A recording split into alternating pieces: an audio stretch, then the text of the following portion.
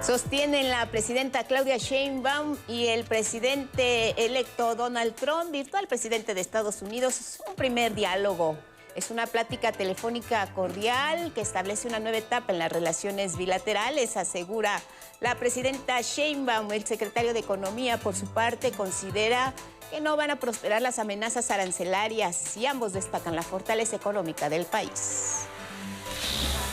Ligan 2 jornadas a la alza el peso y la bolsa mexicana de valores, con lo cual se aleja la volatilidad tras las elecciones en Estados Unidos. La confianza en México es patente, manifiestan ante la presidenta Sheinbaum inversionistas nacionales y extranjeros, como Larry Fink, el presidente de BlackRock. Instala la Cámara de Diputados la sección instructora y esto abre la posibilidad para llevar a juicio político a jueces que otorgaron suspensiones a la reforma judicial. Además, están pendientes los casos del ex consejero presidente del INE, Lorenzo Córdoba, el dirigente priista Alejandro Moreno y el fiscal Alejandro Gertz Manero. En el mundo, el triunfo de Donald Trump le da al gobernador de Texas, Greg Abbott, la confianza para amenazar con la expulsión masiva de migrantes que tengan antecedentes penales. Y en la cultura, el Museo Nacional de Arte reabre sus salas de exhibición permanente. El objetivo es convertir el espacio en salas de colección propias de este museo. Esta nueva curaduría está integrada por 61 piezas.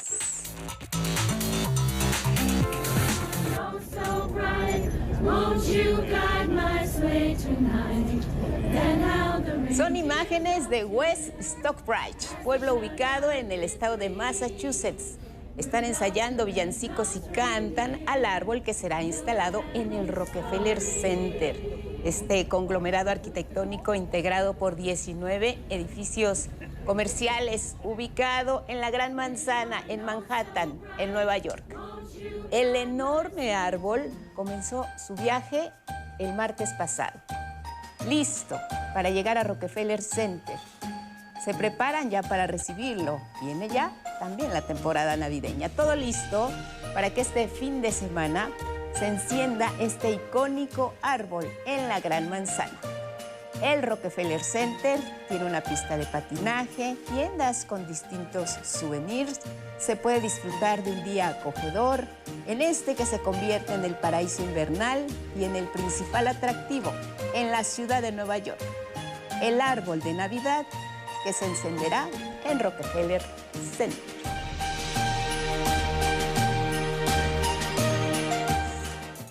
¡Qué delicia!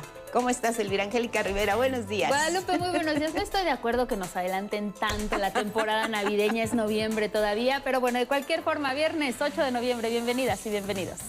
Como siempre ya lo saben, lo más relevante aquí en nuestra pantalla. Buenos días, Jimena Raya, Lía Vadillo son nuestras intérpretes en lengua de señas mexicana. Gracias por sus comentarios en redes, los leemos, nos pueden ver en la página de 11 Noticias Digital. Y nos pueden seguir y escuchar también a través de Radio Instituto Politécnico Nacional. Estamos en el 95.7 de FM y desde aquí les saludamos, así como a quienes nos siguen más allá de las fronteras a través de nuestra señal internacional. A todos les invitamos a que nos compartan sus opiniones y sus comentarios y pueden utilizar el hashtag 11 Noticias.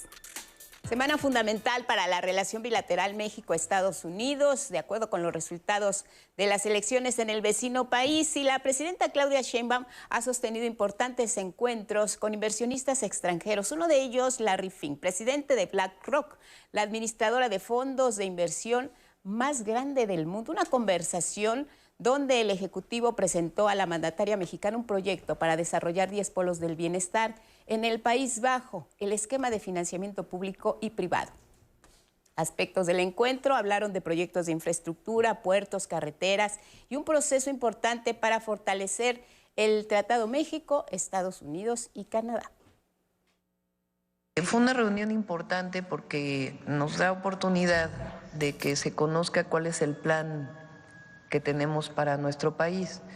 Y los buenos indicadores que tenemos a partir de la entrada de la Cuarta Transformación y particularmente nuestro proyecto de los polos de bienestar, en donde hay oportunidades de inversión, en donde los fondos internacionales tienen cabida en nuestro país, cómo ordenar esa inversión para el desarrollo de México. De acuerdo con la presidenta Sheinbaum, el empresario destacó el momento económico por el que pasa México. Coincidió en que en efecto pues es un muy buen momento para México y el desarrollo económico. Claudia Sheinbaum también se reunió con el fundador de la plataforma de comercio en línea Mercado Libre, Marcos Galperín, quien presentó proyectos de inversión del consorcio para desarrollar nuevas instalaciones en México. Porque su inversión estimada para el año entrante va a rebasar los 2.500 millones de dólares. Sabemos que actualmente Mercado Libre construye un centro de distribución nacional en el municipio de Tultepec, en el Estado de México. Lo va a concluir a finales de 2025. En el encuentro en Palacio Nacional, Marcos Galperín anunció que el consorcio ampliará su infraestructura en el país con nuevos centros logísticos en Hidalgo y en Querétaro. Y mire, la confianza en las relaciones comerciales entre México y Estados Unidos han puesto freno a la volatilidad en el tipo de cambio. Y es que por segundo día consecutivo, el peso mexicano cerró la jornada con ganancias frente al dólar de Estados Unidos al concluir este jueves. Nuestra moneda se ubicó en 19 pesos con 81 centavos por dólar, una recuperación de 30 centavos respecto al día anterior. La Bolsa Mexicana de Valores también ligó 2 jornadas a la alza. El principal indicador registró una variación positiva de 1.25% para ubicarse en 52.381.28 unidades. Y es que los mercados se están estabilizándose poco a poco tras el triunfo de Donald Trump. Ejemplo de ello es que la Reserva Federal de Estados Unidos, la Fed, recortó su tasa de referencia en 1/4 punto porcentual a un nivel de entre 4.50 y 4.75%. Esto al considerar que los riesgos para alcanzar sus objetivos de empleo e inflación están más o menos equilibrados. Se prevé aquí en nuestro país que el Banjico también recorte 25 puntos la tasa de interés el próximo 14 de noviembre. Una decisión que muestra la confianza en el consumo interno y la solidez de la economía nacional. Hay que recordar que México es el primer socio comercial de Estados Unidos. Y de acuerdo con la Oficina de Censo Norteamericana, las exportaciones hacia México durante 2023 superaron los 253,000 millones de dólares. Mientras que a la inversa, las exportaciones de México hacia Estados Unidos alcanzaron un récord al contabilizar más de 632,000 millones de dólares. La actividad comercial de nuestro país se extiende por todo el continente. Y en este contexto, la presidenta Claudia Sheinbaum sostuvo un encuentro con el secretario de Economía, Marcelo Ebrard. Abordaron este escenario nuevo frente a la elección en Estados Unidos y el encuentro se realizó en Palacio Nacional. Al término del mismo, Ebrard aseguró que no van a prosperar las amenazas de Donald Trump de imponer aranceles a productos mexicanos. Dijo que la próxima revisión del TEMEC programada para 2026 será positiva para México. El día martes se publicaron las estadísticas de la Oficina del Censo de los Estados Unidos que marcan que de 2023 a 2024 las exportaciones de México hacia Estados Unidos crecieron 6.5%. Es uno de los crecimientos más grandes, más relevantes que ha habido en la historia. Las importaciones de México provenientes de Estados Unidos crecieron 4.2% según esta información. México se convierte en el primer socio comercial de los Estados Unidos. Y bueno, más allá de nuestra frontera común, que suma más de 3,000 kilómetros y un intercambio comercial de más de 750,000 millones de dólares, a Estados Unidos y a México nos une una historia compartida. Y es que más de 35 millones de estadounidenses de origen mexicano y más de 1 millón de estadounidenses que decidieron residir, trabajar o estudiar en México. Estas son solo algunas razones para que nuestra presidenta y el recién mandatario electo de Estados Unidos conversaran por primera vez a tan solo unas horas del cierre de las casillas. La presidenta Claudia Sheinbaum sostuvo su primera conversación vía telefónica con el virtual presidente electo de Estados Unidos, Donald Trump. El tema felicitarlo verbalmente por la victoria electoral, que lo regresará a la Casa Blanca en enero. El ambiente, cordial, descrito así por la propia mandataria federal. El diálogo, la buena relación que habrá entre México y Estados Unidos. Hay estrategia y hay diálogo con Estados Unidos y con el presidente Trump. Y si hay su problemática, la vamos a saber resolver. Estamos preparados, México está sólido y vamos a enfrentar las problemáticas que se puedan llegar a presentar. Y evidentemente con el diálogo, pues esperamos que al revés sea un proceso de colaboración. Momentos antes de conversar con su próximo par estadounidense, la presidenta Sheinbaum reiteró que la relación comercial entre ambas naciones es entrañable. Como ejemplo, dijo, de enero a septiembre, México rompió el récord de exportaciones hacia Estados Unidos por un valor de 632.290 millones de dólares, lo que nos consolida como su principal vendedor de mercancías y su segundo comprador, solo después de Canadá. México tuvo también el récord de exportaciones. Ahora, el último mes es un récord muy importante y somos el principal socio comercial de los Estados Unidos. Y eso es parte del diálogo que tiene que haber con Estados Unidos. Elizabeth Díaz.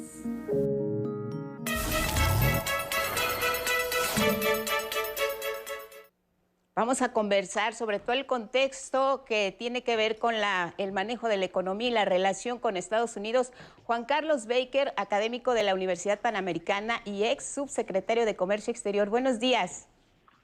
Guadalupe, muy buenos días, encantado de saludarlos.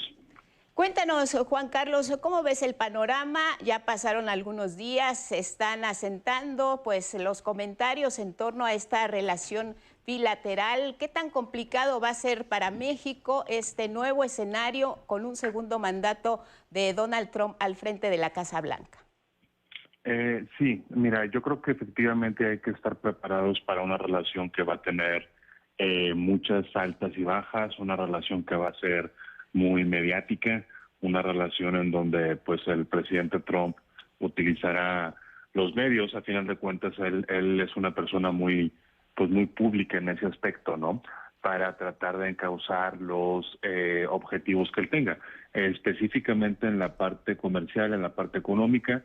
Si recordamos, durante su primer mandato, pues él utilizaba las amenazas de aranceles o de otras medidas económicas para ejercer presión sobre el país. Como lo mencionó la presidenta Sheinbaum, creo que fue el día de ayer, pues México estará abierto a tener una relación positiva. Yo creo que la relación económica, sobre todo a partir de la entrada en vigor del tratado México, Estados Unidos, Canadá, ha sido profundamente positiva para ambos países, pero sí es un hecho que vamos a tener que enfrentar pues condiciones que van a ser tensas y que van a demandar mucha inteligencia. México tiene que ser muy estratégico, tiene que saber los activos con los que cuenta y, bueno, obrar en consecuencia, ¿no? Estuviste en las negociaciones del TEMEC, siendo Trump presidente en su primer mandato. ¿Qué tan flexible es el presidente Trump de entonces a la flexibilidad que pudiéramos ver ahora en él? ¿Se puede negociar con Donald Trump ya en este terreno más privado, más cercano, más de contacto de uno a uno México-Estados Unidos? Sí, desde luego. A ver, yo creo que el presidente Trump tiene una característica que de hecho ha sido muy estudiada en diversos rubros, una característica que es pues una persona muy transaccional, es una persona que tiene una idea muy clara de lo que desea obtener y en función de eso pues va armando sus decisiones. Entonces, en ese aspecto no me parece que sea una persona con la que no se pueda hablar. Ciertamente sus modos, la forma en la que se comporta puede ser muy irritante, pero pues vaya, también es una estrategia de negociación a final de cuentas. Lo que también pienso, Guadalupe, es que pues obviamente después de 8 años de su primer mandato, y sobre todo ahora con el poder que el Partido Republicano tiene en el Congreso, pues ciertamente va a pensar que sus activos de negociación pues son mayores. Entonces yo creo que por eso mismo también México tiene que hacer un recuento de las cosas que han funcionado en la relación, de los beneficios que México le otorga ya a Estados Unidos en la relación y pues bueno, preparar sus argumentos de esa manera. En este toma y daca de un negociador como Donald Trump, un hombre, un empresario que sabe lo que quiere directamente, ¿México en qué puede ceder y en qué no puede ceder, Juan Carlos Baker? Pues bueno, esa parte sin duda le tocará a la presidenta Sheinbaum, al secretario Marcelo Ebrard, a las personas del gobierno que nos encabezaron en esa negociación. Pero yo creo que hay principalmente tres ideas que así de rebote te podría mencionar. Yo creo que la primera es que México no puede ceder ante ningún argumento o ninguna propuesta que limite el comercio exterior de nuestro país. Es decir, Trump ha hablado de que va a prohibir que se exporten ciertos automóviles o, no sé, cualquier producto que se nos venga a la mente. Y pues desde luego eso México no puede aceptarlo. Tenemos ya 6 años, o pronto serán 6 años del tratado actual, pero el primer tratado data de 1994, hace ya 30 años. Entonces yo creo que en eso no se puede ceder definitivamente. Segundo, yo creo que México no puede ceder en su intención de desarrollar los sectores que consideremos estratégicos. Por supuesto, hay algunos que ya están en la Constitución, pero vaya, cualquier sector estratégico futuro puede ser inteligencia artificial, pueden ser coches eléctricos, puede ser minería de materiales críticos, en fin, donde estará la economía del futuro. Yo creo que México no puede comprometer sus decisiones en materia de eso con esta negociación. Y finalmente, pues bueno, la necesidad de México de poder tener relación con cualquier país del mundo que así nosotros lo prefiramos, ¿no? Es cierto que Estados Unidos es nuestro principal socio comercial, que es nuestro principal inversionista, pero pues bueno, México debe tener la oportunidad de llevar a cabo una diplomacia comercial muy activa con otras regiones del mundo. Creo que esos tres principios tienen que estar ahí independientemente de cómo los desarrollemos ya en acciones específicas. La relación y la llamada reciente que hizo la presidenta Claudia Sheinbaum con el virtual presidente de Estados Unidos, ¿qué mensaje manda a unos mercados que se comportan pues muy cercanos al termómetro político? Pues yo creo que el mensaje que se trata de dar es precisamente de certidumbre, es decir, creo que para nadie que sigue estos temas resulta ajeno la personalidad de Donald Trump y todo lo que dijo en su campaña para este segundo mandato. Eso está muy presente.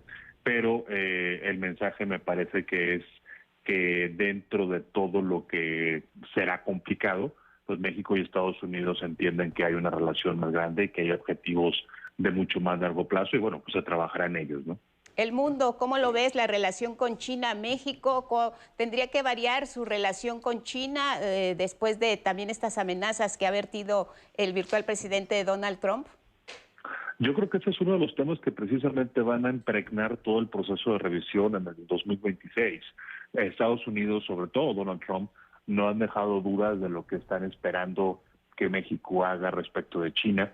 Claro. Yo creo que algunas de las cosas que se han mencionado pues simplemente no tienen ningún sustento real. Eso de que China está construyendo plantas para inundar con millones de autos el mercado norteamericano, pues eso simplemente no es cierto. Pero vaya, creo que también es un elemento a considerar.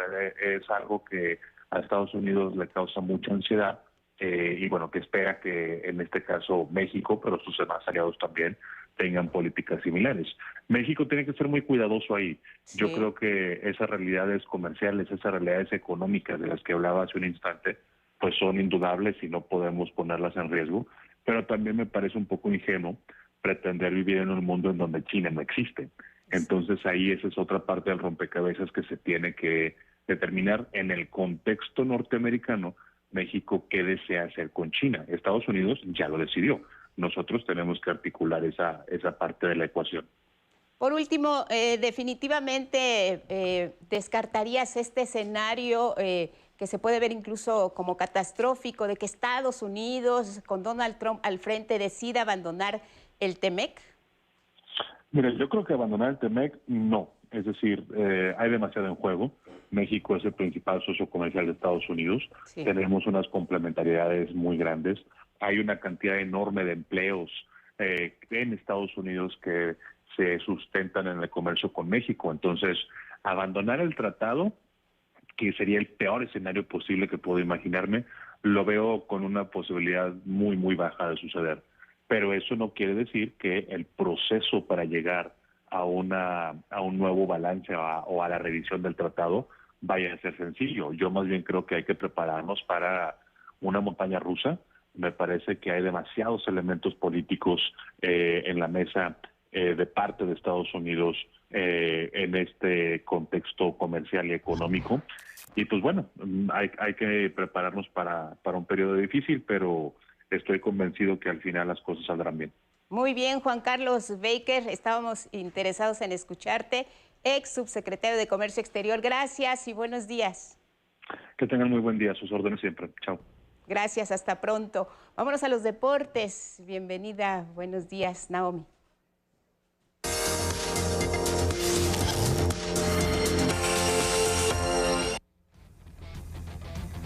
¿Cómo estás? Bienvenida. Muy bien, Lupita, muchas gracias. Otra vez de regreso aquí en el matutino. Nos da mucho gusto. Oye, Naomi, pues hoy en los diarios se consigna el adiós a Guardado, una pieza clave dentro de la selección mexicana. La ha encabezado y ahora pues sí, se va, se retira, ya es definitivo. Efectivamente, y es que luego de 19 años de reinado, el Principito le dice adiós. Y es que recordemos que de la selección ya había anunciado su retiro. Mira, lo vemos detrás de ti justamente, con el puño en alto. Siempre fue un líder al interior de la selección y así lo recibieron y así lo van a despedir. Efectivamente, y no nada más ahí, sino también antes de regresar de Europa, también acá en México, otra vez en el León lo recibieron de la mejor manera. Pues vamos a analizar la trayectoria de Guardado al volver con Naomi. Vamos a la pausa. Vamos y regresamos.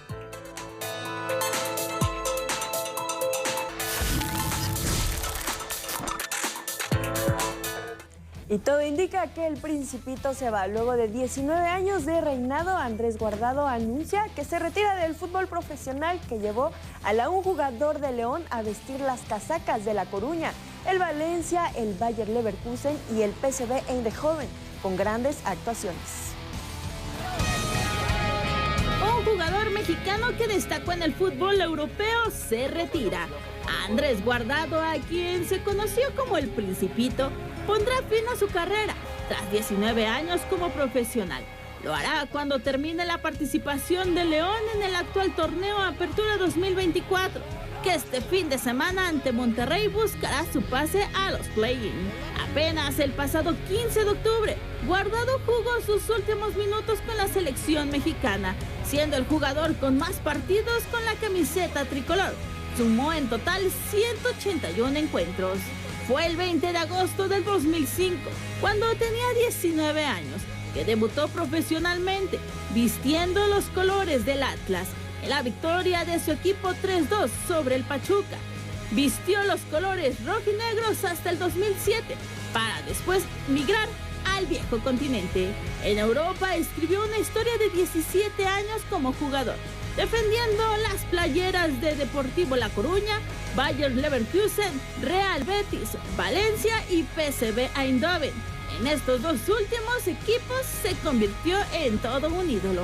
Entre sus palmarés se encuentran 6 títulos europeos, destacando 2 Eredivisie con el PSV y una Copa del Rey con el Real Betis, además de 3 Copas de Oro con la selección mexicana y estuvo en 5 mundiales.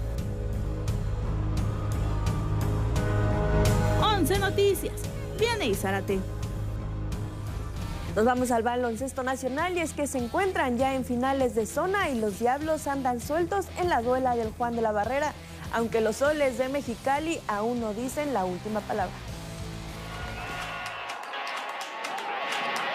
El Gimnasio Juan de la Barrera presenció el segundo juego de la final de zona en la Liga Nacional de Baloncesto Profesional.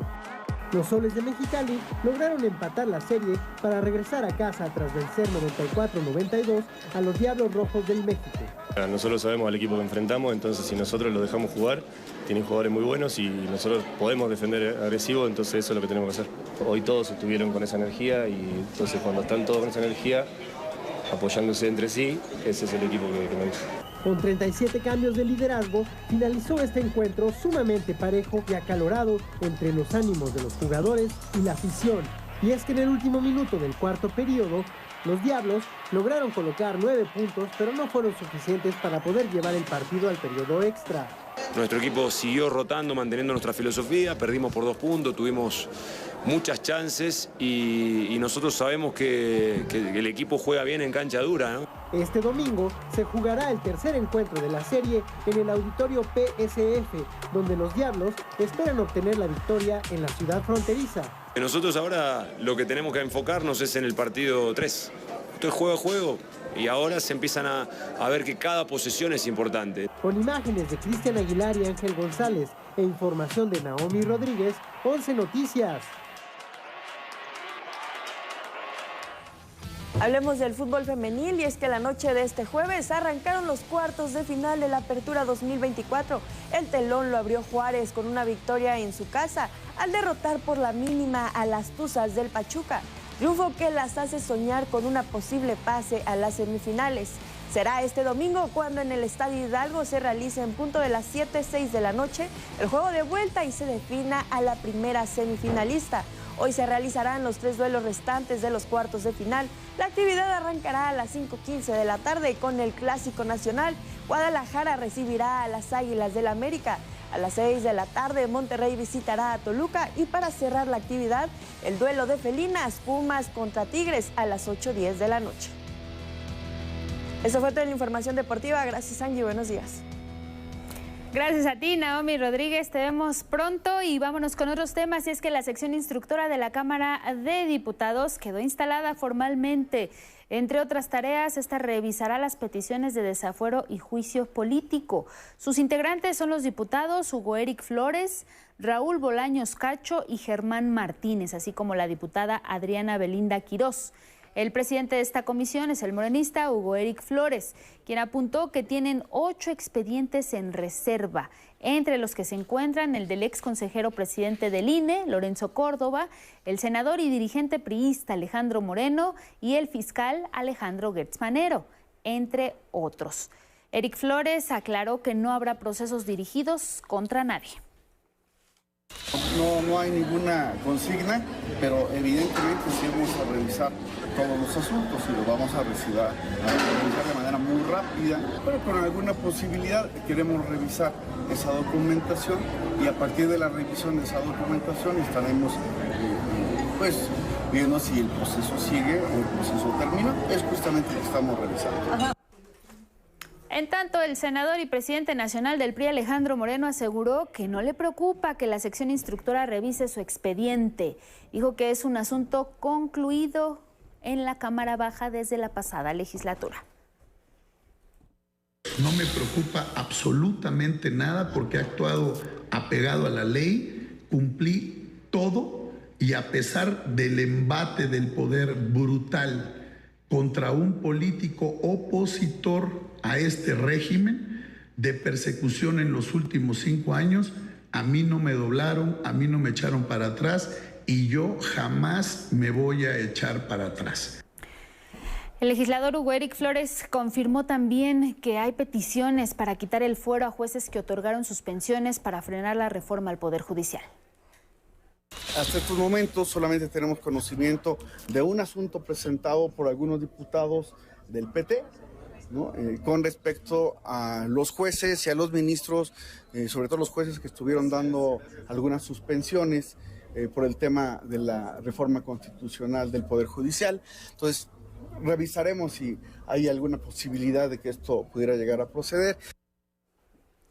Y bueno, mire, vamos a darle algunos detalles. El presidente nacional del PRI, senador Alejandro Moreno, tiene un expediente abierto en la sección instructora, esto que le comentábamos, ahí en la Cámara de Diputados. Pero existen otras irregularidades e investigaciones que se han abierto en contra de este líder priista. Le vamos a compartir 5 datos importantes. En 2022, la Fiscalía de Campeche denunció que Alito tenía varias propiedades de las que no estaba claro el origen. Por ejemplo, una mansión valuada en más de 180 millones de pesos. Esto está en el exclusivo fraccionamiento Lomas del Castillo. Esto es en Campeche. El fiscal contrastó el valor de la propiedad con el salario de 120,000 pesos mensuales que Alejandro Moreno había recibido en su periodo inmediato como gobernador del estado. Ahora, ese mismo 2022, la gobernadora de Campeche, Laida Sansores, denunció una red de triangulación de miles de dólares en las que participaban empresas señaladas como factureras. Destacó el caso de la firma MC Metering Systems, en las que Emigdio Moreno, hermano de Alejandro Moreno, aparece como accionista mayoritario. Un dato más, en abril de este año, el diputado de Morena, Miguel Prado, presentó una denuncia contra Alejandro Moreno por el presunto desvío de más de 3,900 millones de pesos en su periodo como gobernador de Campeche.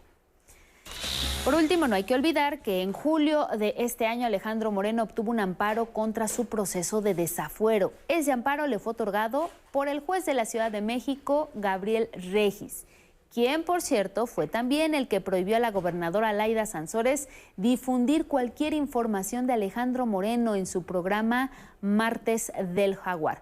Y además fue uno de los jueces que ordenaron el descongelamiento de cuentas del exdirector de Pemex, Emilio Lozoya. Otro más. La exdiputada del PRI, Montserrat Arcos, denunció a Alejandro Moreno por violencia de género y por tratar de apropiarse de más de 32 millones de pesos destinados a cursos dirigidos a mujeres militantes priistas. Esos son los datos sobre Alejandro Moreno Cárdenas. Campeche es el primer estado del país en armonizar el sistema de justicia local con la reforma al Poder Judicial Federal. En la 10ª sesión ordinaria del primer periodo de sesiones, el Congreso local aprobó las reformas a la Constitución Política, la Ley Orgánica del Poder Judicial y la Ley Orgánica de la Fiscalía General del Estado. Se detalló que todos los municipios de Campeche votaron a favor, por lo que se realizó la declaratoria de la reforma a su constitución local en materia judicial. Se hará la publicación por parte del Ejecutivo para que se concluya este proceso legislativo, así como lo marca la Constitución y la Ley Orgánica del Poder Legislativo del Estado de Campeche, para hacer realidad la reforma al Poder Judicial en la entidad, la cual otorga al pueblo campechano el poder de elección y sanción de las personas encargadas de administrar justicia. De esta manera, Campeche es la primera entidad de la República en concluir las reformas a su normatividad local. Este hecho trascendente permite avanzar en la búsqueda de una justicia cercana, pronta y libre. Y mire, con 76 votos a favor, 2 votos anulados y una ausencia, el Pleno del Poder Judicial de la Ciudad de México eligió a la magistrada Joana Ayala Villegas como nueva integrante de su sala constitucional para los próximos 8 años. En virtud de que se cumplió con la mayoría de votos establecida por la ley, esta presidencia hace la declaratoria formal de designación de la magistrada Joana Ayala Villegas como integrante de la Sala Constitucional del Tribunal Superior de Justicia de la Ciudad de México. Tras la declaratoria formal de su designación en una sesión pública de mero trámite, al ser la única candidata registrada, la magistrada Ayala rindió su protesta de ley. Protesto desempeñar leal y patrióticamente el cargo de magistrada de la Sala Constitucional que me ha sido conferido. Guardar y hacer guardar la Constitución Política de los Estados Unidos Mexicanos, la Constitución Política de la Ciudad de México y las leyes que de ellas emanen, mirando siempre en todo por el bien y prosperidad de la justicia, así como su prestigio y su respetabilidad. Si no lo hiciera así, que esta Administración de Justicia y el honorable Pleno del Tribunal Superior de Justicia me lo demanden. De esta forma, a partir de este jueves, esta magistrada, Joana Ayala, se convirtió en la 4ª mujer de los 7 integrantes de la Sala Constitucional del Poder Judicial de la Ciudad de México, encargada de revisar y resolver todos los asuntos que tengan que ver con la defensa de la Constitución capitalina y la general de la República.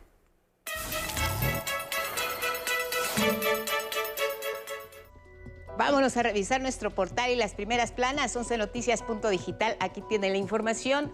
en la palma de su mano y actualizada minuto a minuto. La FILIG, hoy por cierto el noticiario meridiano se va a transmitir desde allá, no se lo pierdan. La tenemos en nuestro portal, la información de la conferencia matutina, la mañanera del pueblo y toda la información que tiene que ver con noticias económicas y políticas. Y el tema central, COFEPRIS, con una alerta de falsificación de 2 medicamentos contra el cáncer. Se trata de Perjeta y Tagrisso. Se desconocen las condiciones de fabricación, transporte, almacenamiento y distribución y no es posible garantizar su seguridad, calidad y eficacia. COFEPRIS, el tema de estos 2 medicamentos a su consideración en nuestro portal. Vámonos a revisar las primeras planas. Iniciamos con el financiero. Inteligencia y paciencia. Con Trump sugieren a México. Hay un análisis por parte de expertos en torno a las relaciones comerciales bilaterales. Lo que aseguran es que México tiene que recurrir a los mismos mecanismos del tratado para defenderse de las declaraciones hostiles de Donald Trump. Una muy buena conversación, un diálogo abierto, habrá una buena relación, dice la presidenta Claudia Sheinbaum, lo publica en redes sociales con esta fotografía. Toyota, que anuncia inversiones millonarias en nuestro país, el dólar 19.87, la primera del financiero. Revisamos ahora cómo viene el diario La Jornada.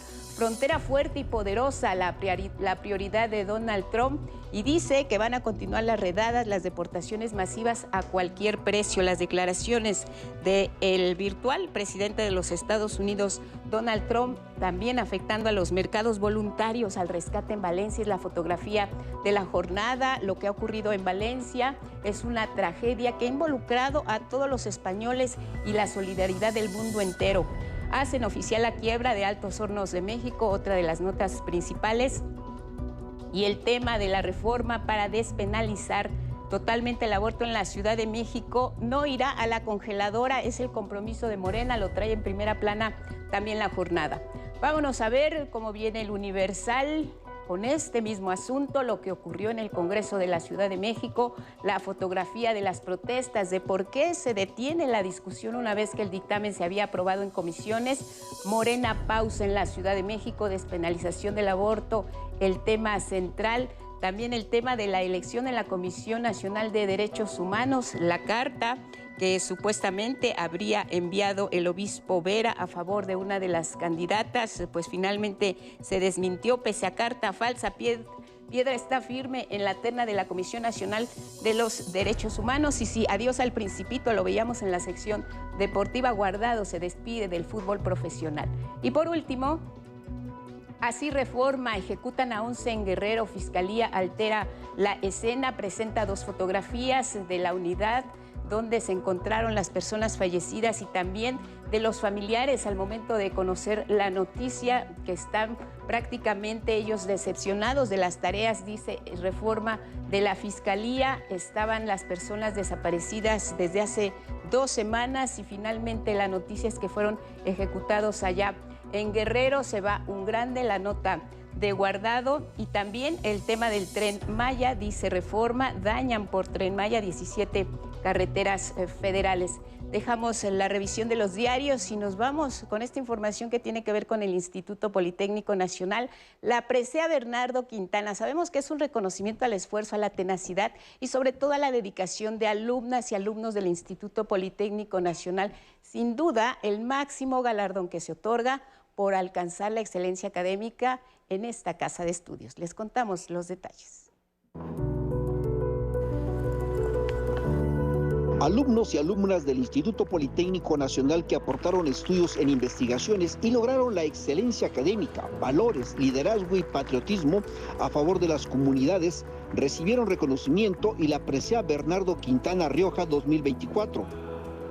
Este año recibieron reconocimiento 90 de nivel medio superior y 15 galardones, entre ellos 5 preseas y 10 menciones honoríficas. Esta reunión el día de hoy es para celebrar y reconocer ese talento que todos ustedes y todas ustedes tienen, ese talento que nos está llevando a ser protagonistas en la vida de México. Somos protagonistas de nuestro entorno, pero esto también nos hace protagonistas de un México muy grande que está creciendo cada vez más. Autoridades educativas politécnicas destacaron que la entrega de la presea es un acto trascendental y una huella imborrable que reconoce los valores, principios y compromisos de la juventud. La excelencia académica es solo una parte del camino. Sin embargo, el verdadero liderazgo se manifiesta en la capacidad de influir positivamente en nuestras comunidades y en el servicio desinteresado. Las y los estudiantes politécnicos de nivel medio superior coincidieron en que es muy gratificante que la juventud tenga la posibilidad de reconocimiento, pero más que se les escuche y tome en cuenta por sus acciones para dar continuidad a las nuevas generaciones. Principalmente también cuando trabajas por tus sueños, cuando persigues lo que quieres, muchas veces puede costar mucho trabajo y a pesar de las adversidades que hay en la vida como todo, pero siempre poder salir adelante. Un proyecto que hicimos que fue asesorar chicos de tercer semestre, yo iba en quinto, para hacer microempresas. Queremos darle continuidad, queremos seguir trabajando con la gente, proyectos en la comunidad y más que nada el compromiso con la institución y el compromiso con México, que es lo más valioso. La ceremonia de premiación tuvo lugar en las instalaciones del Instituto Politécnico Nacional en la Ciudad de México. El premio se instituyó en 1989. 11 Noticias, Arnold Gutiérrez.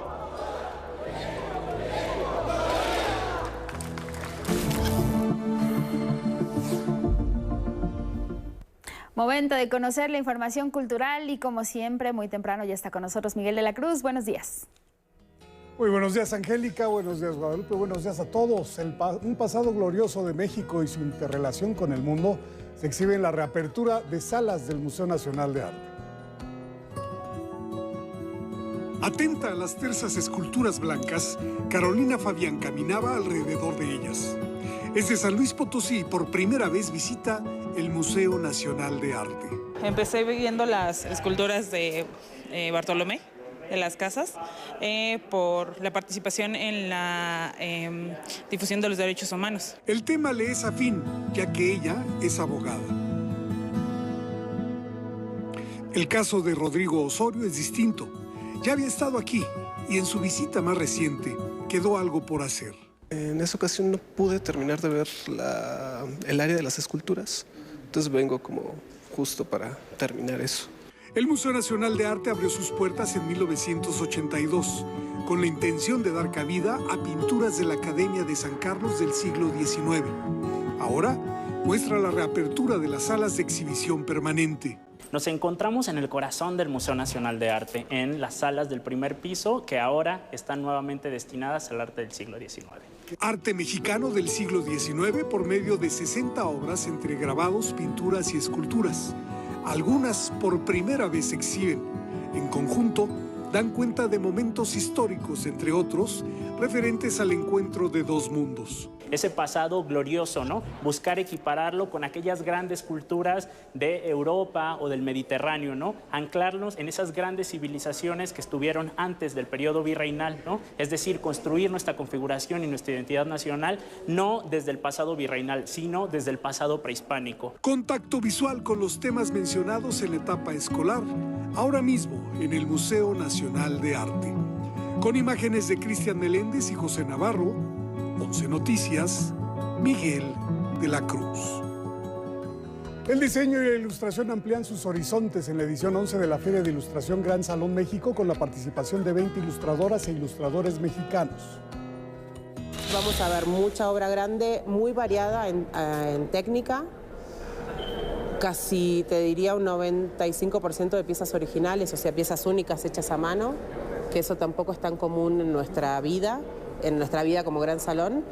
Esta edición incluye una muestra de la argentina María Luque, que a partir de la pandemia experimentó formatos para llevar la ilustración fuera del papel con tapices, mascadas y libretas. En mi caso me gusta cada cierto par de años investigar alguna técnica que no conozco, que me desacomode, que me haga aprender. Lo que traje son casi todas escenas de interiores, escenas bastante cotidianas, de floreros, mesas donde hubo gente pero las personas ya no están, quedan sus copitas de vino, sus tazas de café, mascotas tirando vino sobre la mesa, o libros, o bueno. Gran Salón México estará solo este fin de semana de 11 a 7 de la noche en Doctor Lucio 181 en la Colonia Doctores. La entrada es libre. Vámonos al libro del día, es Inacabada, de Ariel Florencia Richards. Este libro se presenta hoy a las 18 horas en el Auditorio José María Vigil en la Biblioteca Nacional de México en Ciudad Universitaria. Este libro en voz de su autor.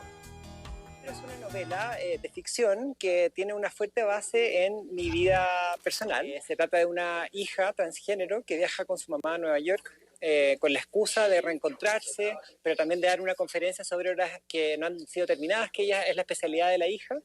Y este viaje, que supuestamente es un espacio de reparación, de reencuentro, se termina transformando en un espacio más bien conflictivo, porque la madre se rompe una muela de pura tensión, porque sabe que viene una conversación con la hija. El amor maternal parece como ser capaz de sobrepasar todas estas dificultades y abrazar a esa persona que está detrás de un nombre, detrás de una identidad de género. Quedan atrapadas en esta pieza del hotel, y la novela transcurre durante los días en que ellas tienen que convivir en esa pieza del hotel contra su voluntad, porque a veces quieren escapar o quiere una salir para afuera o la otra no quiere hablar en tal tema. Entonces, hacia el final se va acabando el viaje y también se van acabando las oportunidades para hablar este tema. Así que esa es más o menos la estructura de la novela. Bueno, y luego con el 11 y avanzamos a la página 242 de Crónica de la Lumbre de Genei Beltrán, editado por Alfaguara. El X de hoy es de Berenice MS y dice: un tipo listo. Cuando se quitaba los lentes, le veías los ojillos de rata ladina que parecían saberlo todo de uno con solo mirarte. Gracias por esta aportación. Seguimos leyendo. Hoy se cumplen 350 años de la partida del poeta inglés John Milton. En su honor, el poema del día, su sentencia, sin embargo, le tenía que dice... Su sentencia, sin embargo, le tenía reservado mayor despecho porque el doble pensamiento de la felicidad perdida y de un dolor perpetuo atormentaban sin tregua. Quien lo solicite lo comparto completo por X, @Miguel D. Sol, la de L.A. Cruz. Hasta aquí, Cultura. Buenos días.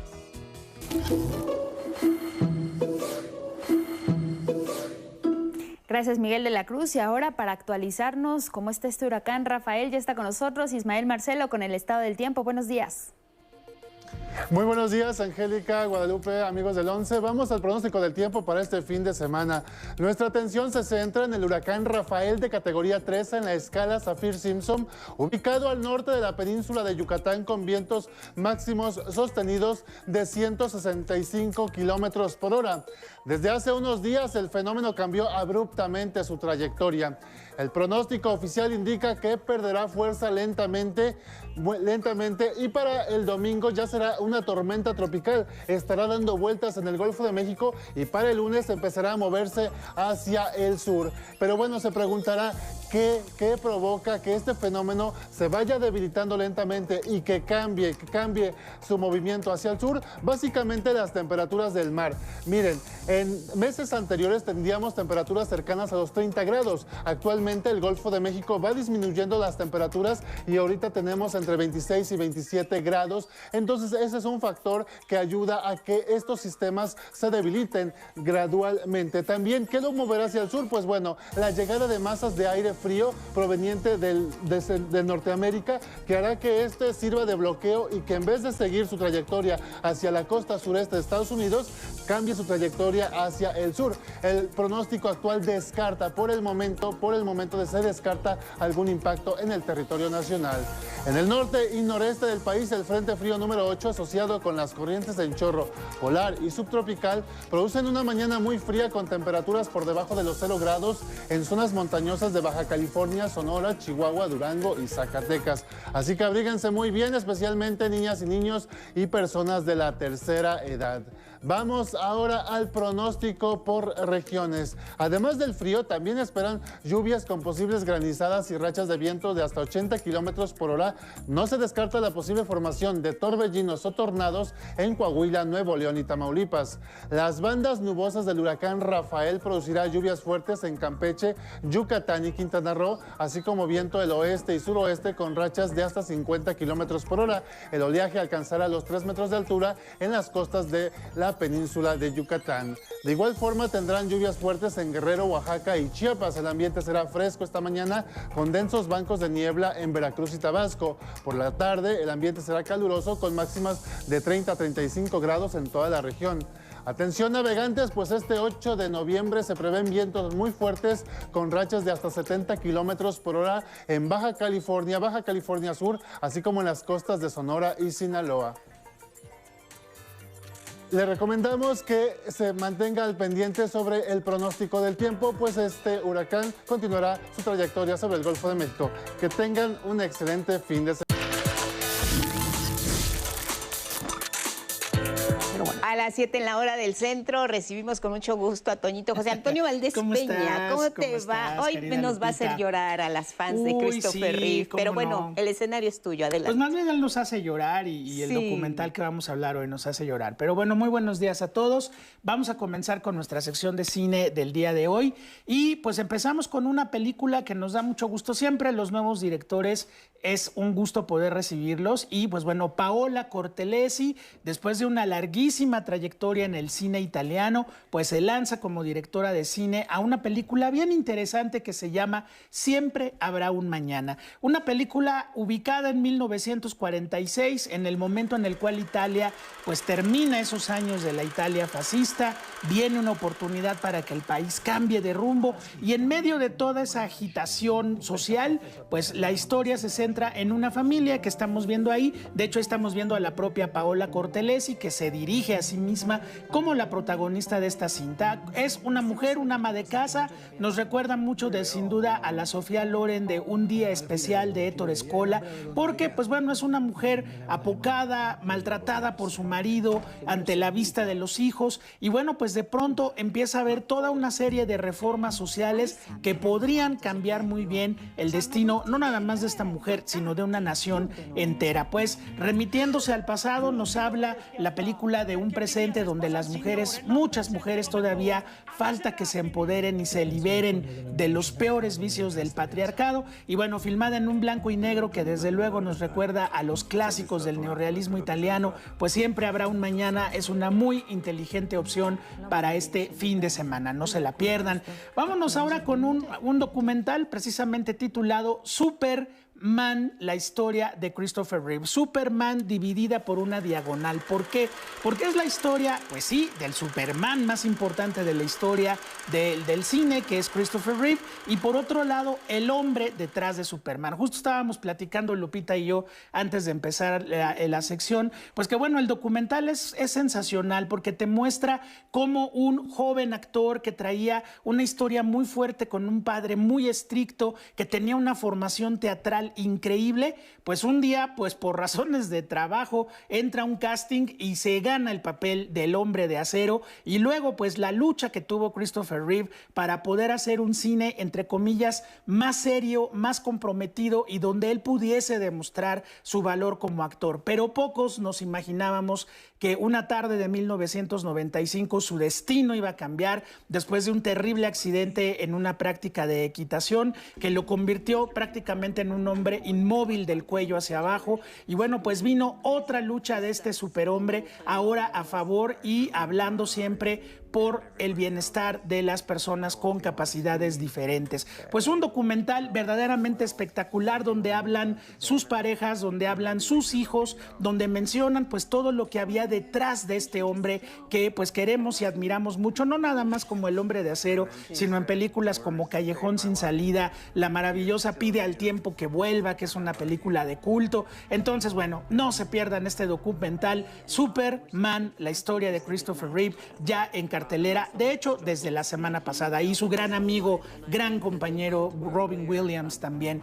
Y bueno, pues finalmente un estreno importantísimo, sin duda lo más importante de este fin de semana, La cocina de nuestro querido Alonso Ruiz Palacios, pues sí, el director de Güeros, Museo, una película de policías, pues ahora se mete de lleno al cine hablado en inglés y pues presentando un multiverso dentro de una cocina en un exclusivo restaurante de Manhattan, pues Alonso Ruiz Palacios nos habla a través de estos maravillosos personajes que estamos viendo ahí. Raúl Briones, Rooney Mara son los protagónicos, pero es una película coral donde el mínimo elemento y la persona menos pensada de esa cocina forma parte de un concierto filmado en blanco y negro, donde de pronto una cocina se puede volver un símil del infierno más dantesco. Ahí está el amor, está el desamor, los encuentros, los desencuentros.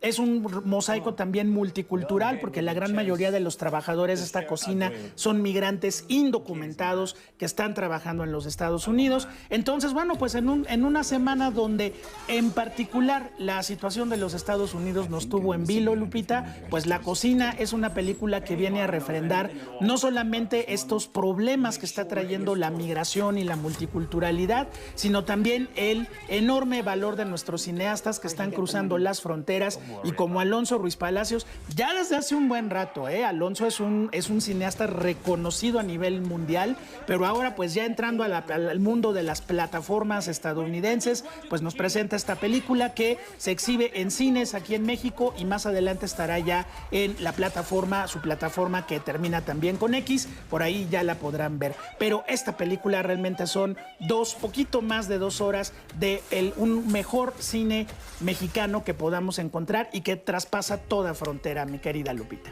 Bueno, pues yo me quedo de las opciones con la que platicábamos al principio, de este esposo, padre, luchador y héroe, Christopher Reeve. Claro. Son escenas muy impactantes. Tienes el lado del actor guapísimo, acosado por las mujeres, aplaudido, reconocido, y la etapa del ocaso, de cómo fue este desenlace tras el accidente. Pero bueno, como dices, vale la pena. Te decía, yo no la veo porque, pues, se me hace el corazón chiquito, pero hay que verla, creo que vale la pena. Y bueno, también finalmente un comercial, ya comenzó la 76 Muestra Internacional de Cine de la Cineteca Nacional, ya arranca este fin de semana, con mucho gusto les tendremos detalles la próxima semana, así que pues mientras vayan a la Cineteca Joco por el momento. Joco por el momento, muchas Toñito. Gracias como Lupita, siempre. Querida. Muchas Saludos gracias. En casa, nos vemos la próxima. Sea. Y bueno, es viernes y tenemos nuestra sección, nuestras fiestas. Gigi Grande hoy nos hablará de la Feria de Tlaxcala. Adelante, Gigi, buenos días.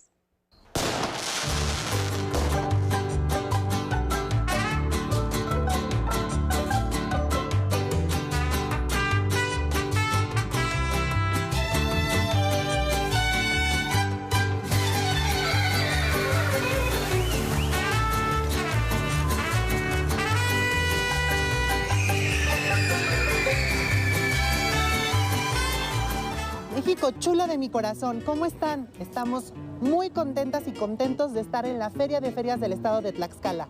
Un lugar con cultura, tradición, pero sobre todo un ambiente familiar. Los invitamos a que nos acompañen. Les damos la más cordial bienvenida al evento más emblemático de Tlaxcala, la Feria de Ferias, la cual ya tiene 61 años de existencia. Ahora bien, hemos preparado un sinfín de actividades culturales para preservar nuestro sentido comunitario. Por ejemplo, tendremos camadas, ballet clásico, en conjunto con otras diversas actividades relacionadas con el Día de Muertos, por ejemplo. Y también estamos sobre todo promoviendo el trabajo de los maestros y las maestras artesanas y artesanos de nuestro estado. Iniciando un recorrido de aventura y diversión, pasaremos a los juegos, la gastronomía, los artesanos y todo lo que esta feria tiene para ofrecernos.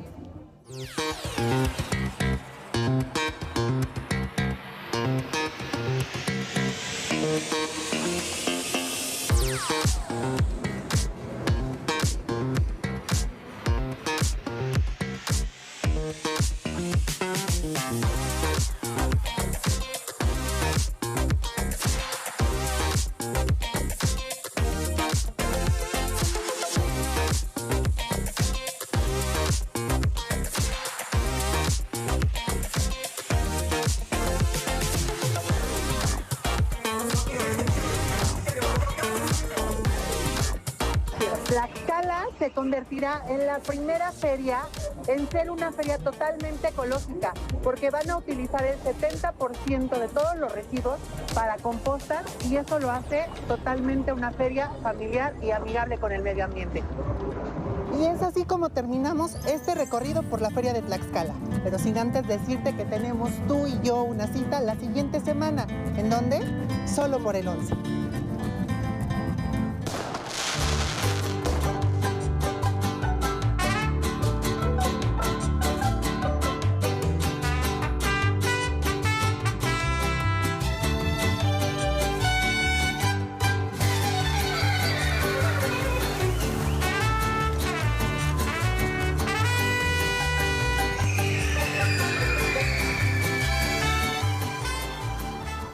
Y bueno, de Tlaxcala nos vamos con otros temas porque en mayo de 2023 Chiapas había dado un paso importante en favor de los derechos de las mujeres y personas gestantes para decidir sobre su propio cuerpo, pero de manera limitada, cuando el embarazo es producto de una violación, cuando la madre corre peligro de muerte o bien cuando el feto sufra alteraciones genéticas. Eso es lo que se había decidido. Al quedarse a un voto de despenalizar el aborto en esa entidad, este jueves 7 de noviembre la Suprema Corte de Justicia de la Nación ordenó al Congreso de Chiapas legislar para permitir el aborto voluntario sin condiciones en los primeros 3 meses de gestación y le dio como plazo máximo el 30 de junio del siguiente año, es decir, antes de que concluya su primer periodo de sesiones de 2025. Criminalización vulnera de manera innecesaria y desproporcionada los derechos de las mujeres y personas con capacidad de gestar, afectando su libertad de decidir, su dignidad, su autonomía corporal, su derecho a desarrollar sus proyectos de vida y su salud e integridad física y mental. Se propone declarar fundado el concepto de invalidez planteado por la accionante al señalar que la norma impugnada como elemento integrante del sistema jurídico es lesiva de los derechos reproductivos de las mujeres y personas con capacidad de gestar por no incluir una formulación que permita interrumpir el embarazo en la primera etapa de la gestación. Eso en lo referente a Chiapas, pero en San Luis Potosí, con 20 votos a favor y 4 en contra, el Congreso local aprobó la interrupción del embarazo hasta las 12 semanas de gestación. Con ello, San Luis Potosí se convierte en la entidad número 16 en despenalizar el aborto a nivel nacional. La Marea Verde, que marchó al Congreso de la Ciudad de México, exigió que se saque por completo el aborto del artículo 70 del Código Penal local para que se deje de criminalizar a la mujer, mientras diputadas del PAN iniciaron una campaña de desinformación donde argumentan que con esta reforma se puede abortar hasta un día antes del nacimiento. Nos cuenta el panorama Gabriela Jiménez.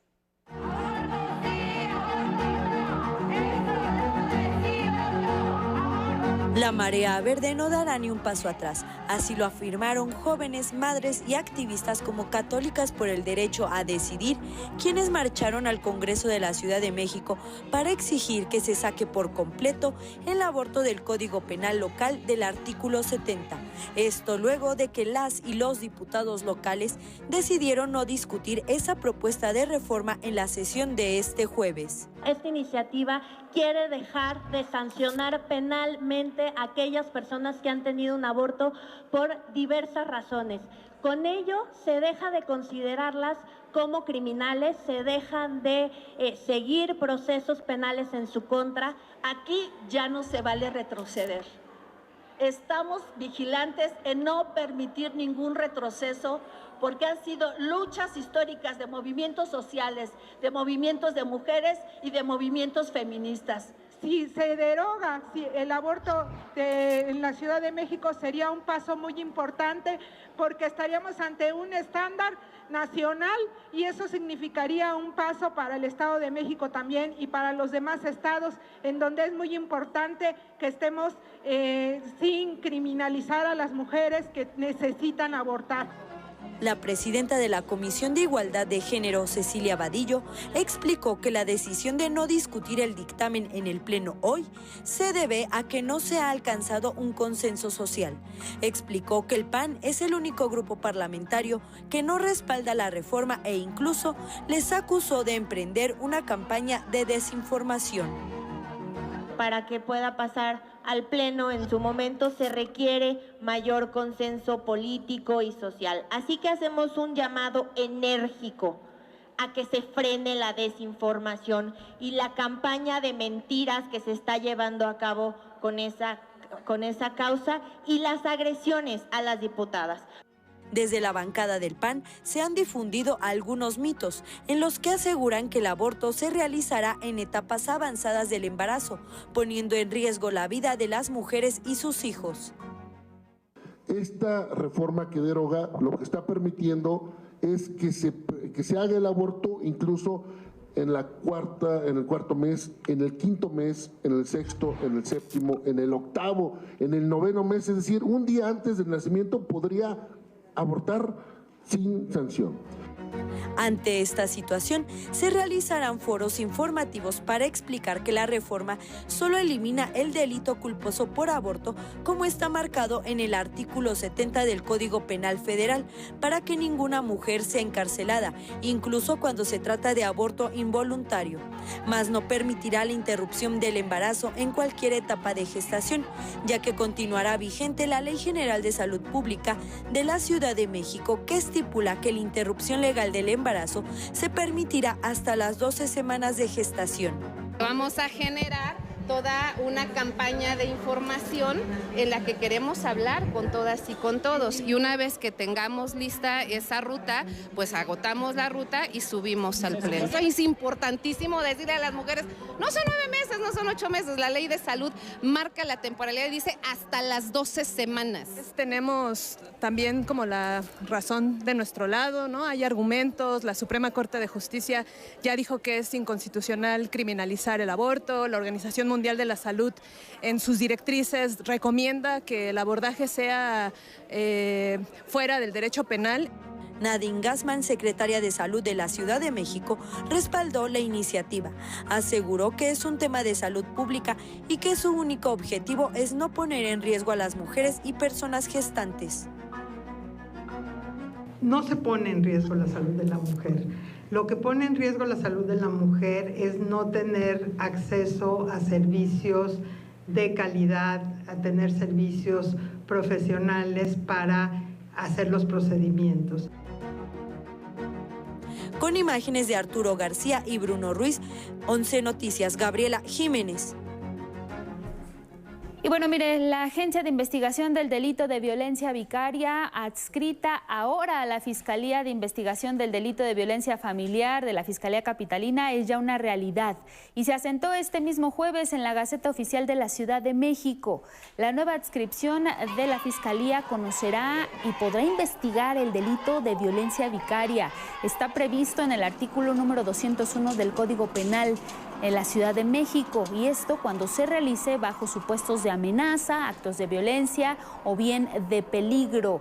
La Gaceta especifica o detalla que las amenazas pues buscan generar miedo a la mujer con no volver a, o con no realizarles daño, poder realizarles daño a sus hijos o sus hijas. Lo menciona de la siguiente forma: descendientes, ascendientes, personas con discapacidad o enfermedad que se encuentren bajo su cuidado. Con relación a los actos de violencia o peligro hacia estas mismas personas, que bien pueden ser, como le menciono, hijas o hijos, familiares o personas con discapacidad que se encuentren bajo su cuidado.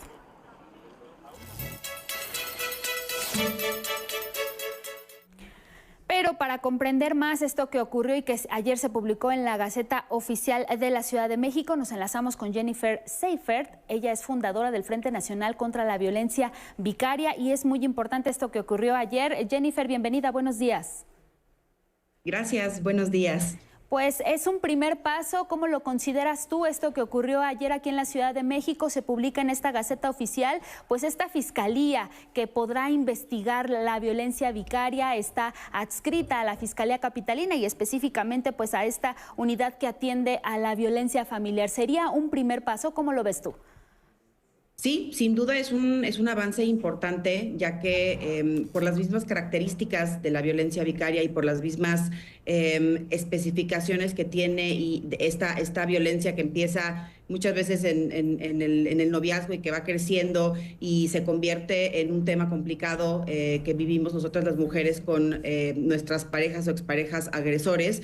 Definitivamente tener un equipo dedicado y especializado a investigar, primero que nada, entender lo que es esta violencia y posteriormente poderlo investigar de manera correcta es algo que es algo muy positivo, que esperemos que esto se replique en todos los estados de la República y de alguna manera al ser un delito, una violencia con características tan específicas, porque es una violencia de género hacia las mujeres y que es un daño muy grave a nuestras hijas e hijos, sin duda tener personas capacitadas y especializadas en este delito va a ser de mucha ayuda para que realmente las mujeres podamos denunciar, ya que es casi imposible, no nada más la violencia vicaria, sino cualquier delito, es muy difícil poder lograr denunciarlo de manera correcta, sin una revictimización de por medio, ¿no? Como la mayoría de las violencias contra las mujeres, pues son invisibilizadas, realmente no se conoce mucho al respecto. Tú, como fundadora del Frente Nacional contra la Violencia Vicaria, ¿cómo nos puedes ayudar a entender un poco esta violencia que, bueno, ahora ya se está plasmando en la ley, es un gran avance, pero sin duda es importante pues seguir difundiendo en qué consiste esta violencia que pues muchas veces la tenemos, como bien mencionas, desde tiempo atrás y no nos damos cuenta que la podemos estar viviendo? Así es, la realidad es que esta violencia es un cúmulo de muchas violencias, en su mayoría violencia psicológica, violencia económica, violencia física y violencia sexual, no dejando al lado ninguna otra, pero realmente lo que sucede es que cuando estamos en una relación violenta y llegamos a un punto de decir, ya no quiero vivir esto ni para mí ni para mis hijos, y es un punto en donde decidimos separarnos, divorciarnos o denunciar. Inclusive hay pasos, hay partes de la violencia vicaria en donde se lleva a cabo una sustracción de las niñas y niños años después de haber habido un divorcio, ¿no? Pero un punto importante es que cuando una mujer decide alejarse de una relación violenta de su agresor, es el punto más crucial, más importante, porque es el punto más violento. Cuando estos hombres sienten que están perdiendo el control y el poder por encima de sus víctimas, es el momento en donde hay más agresiones hacia las mujeres. Cuando sienten que se les van de las manos y que ya no van a poder tener este control y poder, ¿qué hacen? Lo ejercen esta violencia a través de nuestras hijas e hijos. La mayoría de estos agresores ya venía con una violencia también psicológica que, como bien dices, es muy difícil de poder denunciar porque pues no llegamos con marcas, con golpes. Y bueno, creo que el comprender esta violencia y este delito como es sumamente importante para entender que es un cúmulo de violencias y que es una violencia feminicida, es una violencia en donde agresores le han decidido quitar la vida a sus propios hijos, inclusive han atentado y han logrado quitarle la vida a sus exparejas justo con tal de seguir teniendo este control y este poder, ¿no? Acabamos de ver una noticia el día de ayer en Tamaulipas en donde desafortunadamente un hombre decidió atropellar a su exesposa en frente de sus hijos, y esto es a lo que nos estamos enfrentando y esto es parte de la violencia vicaria.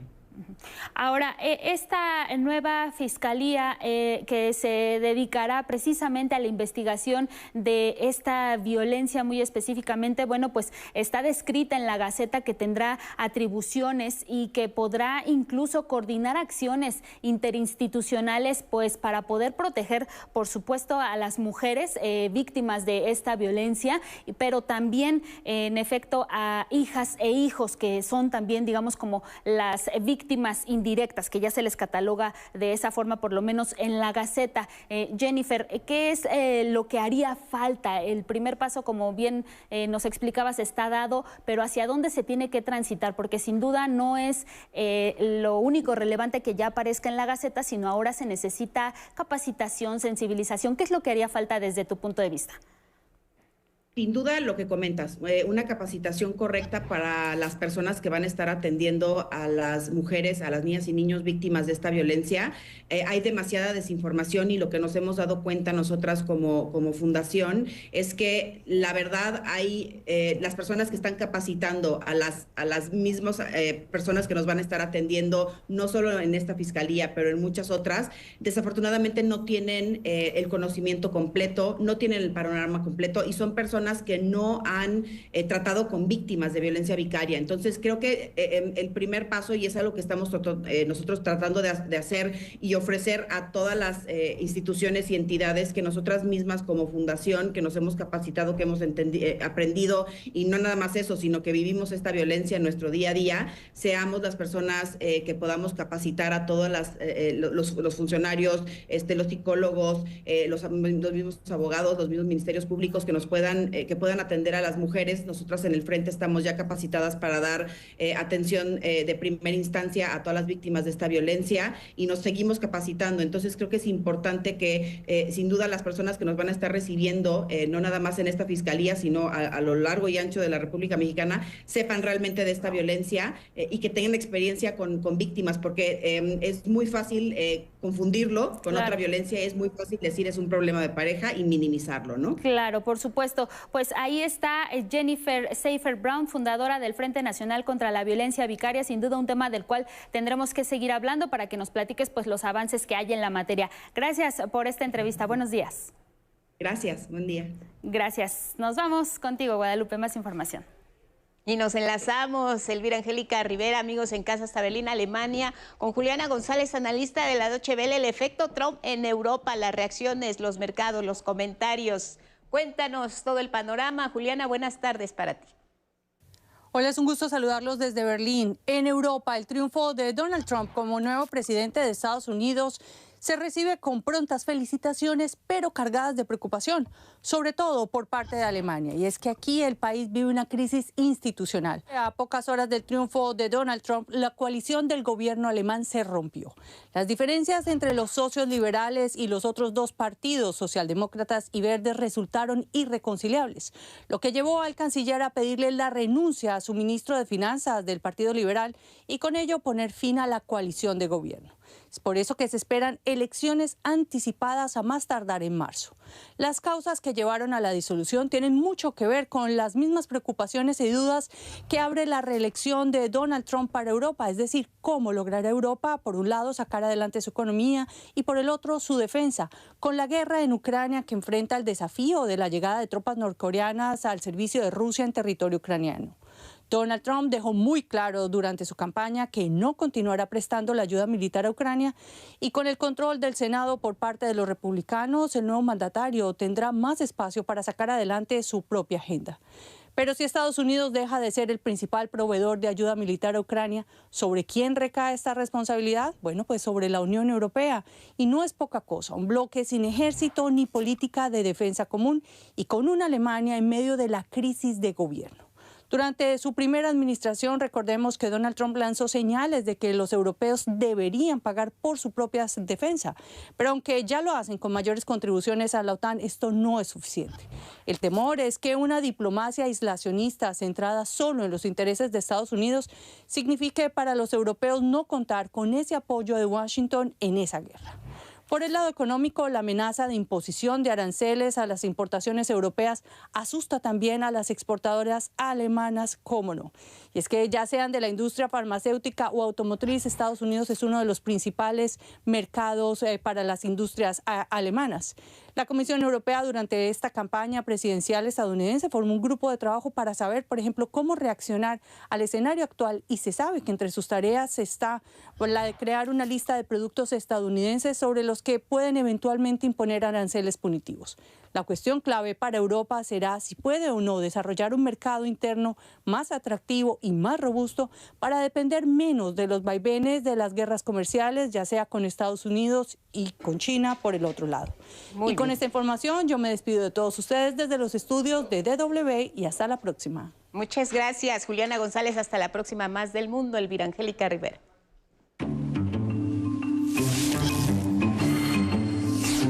Así es, Guadalupe, arrancamos en Estados Unidos y es que se confirmó el triunfo de Donald Trump en las elecciones presidenciales del pasado martes. El candidato republicano obtuvo 295 puestos en el Consejo Electoral contra 226 de la demócrata Kamala Harris.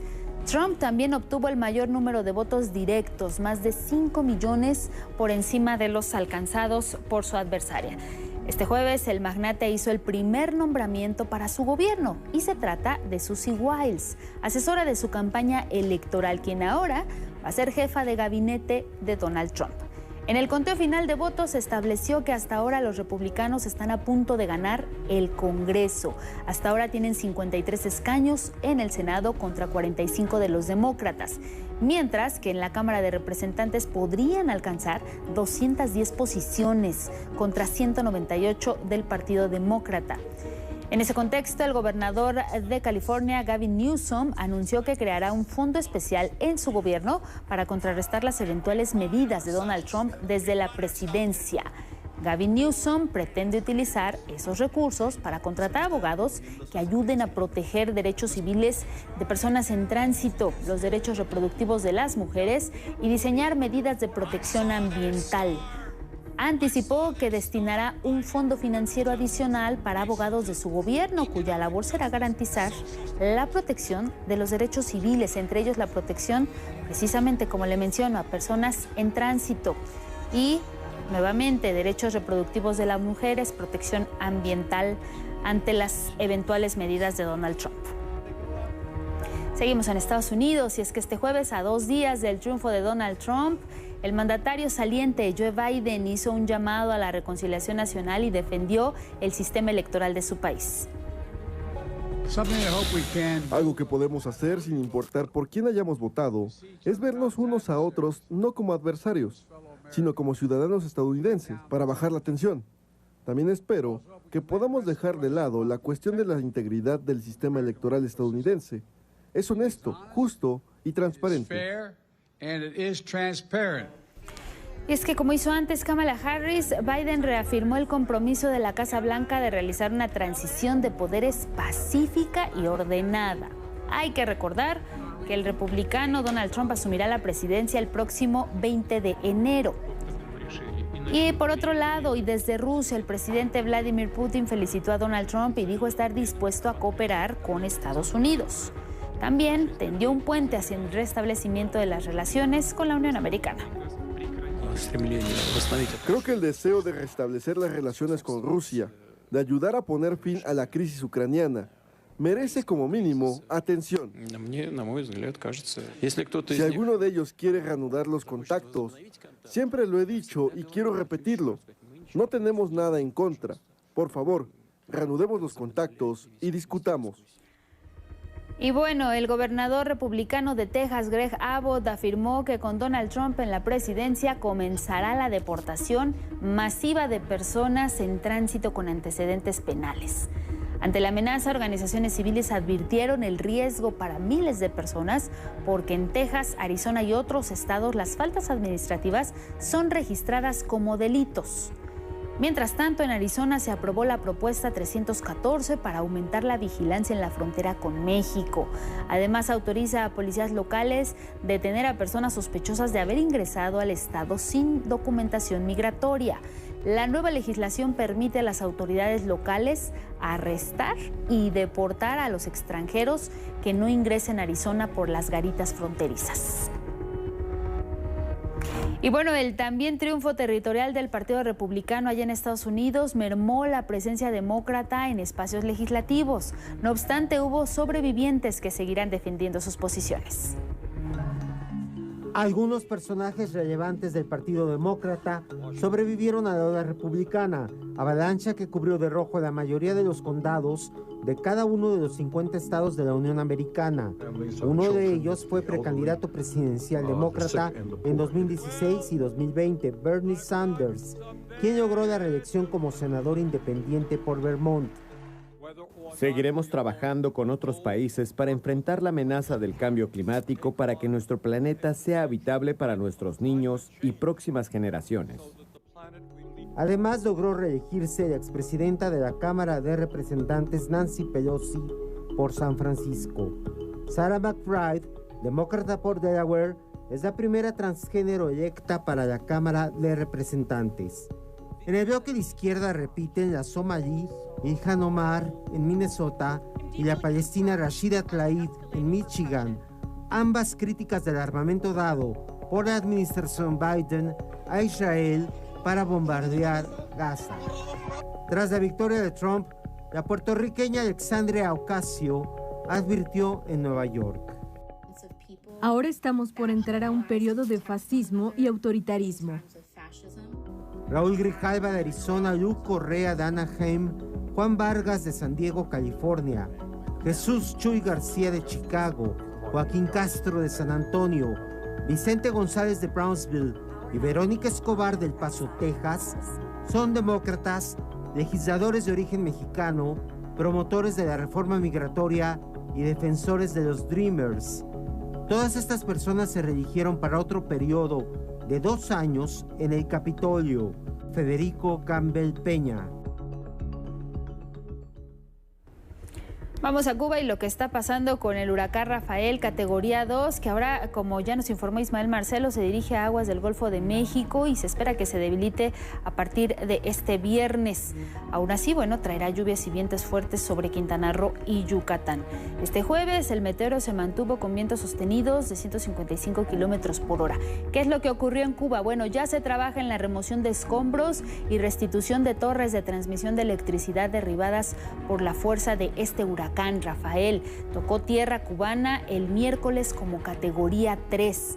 El presidente de ese país, Miguel Díaz-Canel, informó que el suministro eléctrico se restableció ya desde el centro al oriente de la isla. Los trabajos de recuperación se orientan ahora a La Habana y las provincias de Artemisa y Mayabeque, a las que el meteoro impactó con mayor fuerza, afortunadamente sin pérdida de vidas humanas. Vamos a Colombia. Representantes de 143 países advirtieron que el hambre, el abuso físico y sexual, los efectos de la degradación ambiental y la migración, pero sobre todo la guerra, son las principales causas de violencia que sufren las y los menores. En la primera conferencia ministerial mundial para la eliminación de la violencia contra la niñez, que se celebró allá en Colombia, destacaron que contrarrestarla es un reto para la humanidad. El presidente, anfitrión del evento, Gustavo Petro, afirmó que proteger a la infancia debería ser lo normal. ¿Quién es la principal víctima? Los niños y las niñas. ¿Cuántos en Sudán? ¿Cuántos están muriendo en el Líbano? ¿Y cuántas decenas de miles ya han muerto asesinados por bombas en Gaza? Lidia Matuli, sobreviviente de violencia sexual en Kenia y ahora vocera del Movimiento Global para Erradicar la Agresión a Infantes en cualquier forma, pidió a los gobiernos estar a la altura de este esfuerzo. He visto qué tan poderoso es integrar la sabiduría, la pericia de los sobrevivientes en cualquier marco o solución que diseñemos para terminar la violencia contra la niñez. Y desafortunadamente no es el caso cuando estamos hablando de marcos nacionales e internacionales.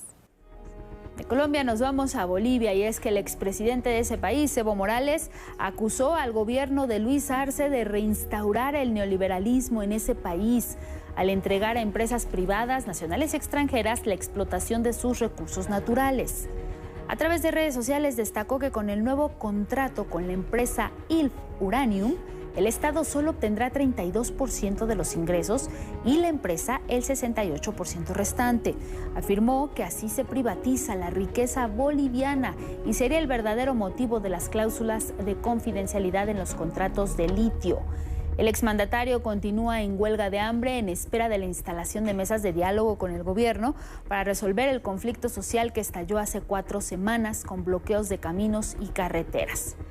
Al respecto, el presidente actual, Luis Arce, convocó a los sectores productivos a una mesa de trabajo para encontrar una salida a la crisis generada por los bloqueos y restaurar así la normalidad en aquel país. Bueno, aquí dejamos el panorama internacional. Nos vamos ahora a enlazar hasta Palacio Nacional a la conferencia matutina. Regresamos al estudio. Bienvenido, Carlos Guevara Casas. Buenos días.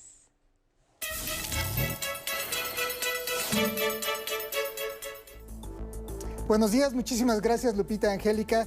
Claro que sí, mañana es la Noche de las Estrellas que se va a realizar en el caso del Politécnico, en el Luis Enrique Erro también, pero es una actividad nacional que se va a llevar a cabo en 112 centros de divulgación. Se trata de una fiesta astronómica que se lleva a cabo cada año y qué mejor en este mes donde hemos tenido o vamos a tener también una serie de lluvias de estrellas que nos permitirán disfrutar esta actividad en familia y con amigos, pero también asesorados con astrónomos politécnicos, así que esté muy pendiente, busque cuál es la sede, puede consultar la página de internet nochedelasestrelas.org.mx, que ahí está en su pantalla, y no se pierda esta actividad que podrá disfrutar en familia y con amigos.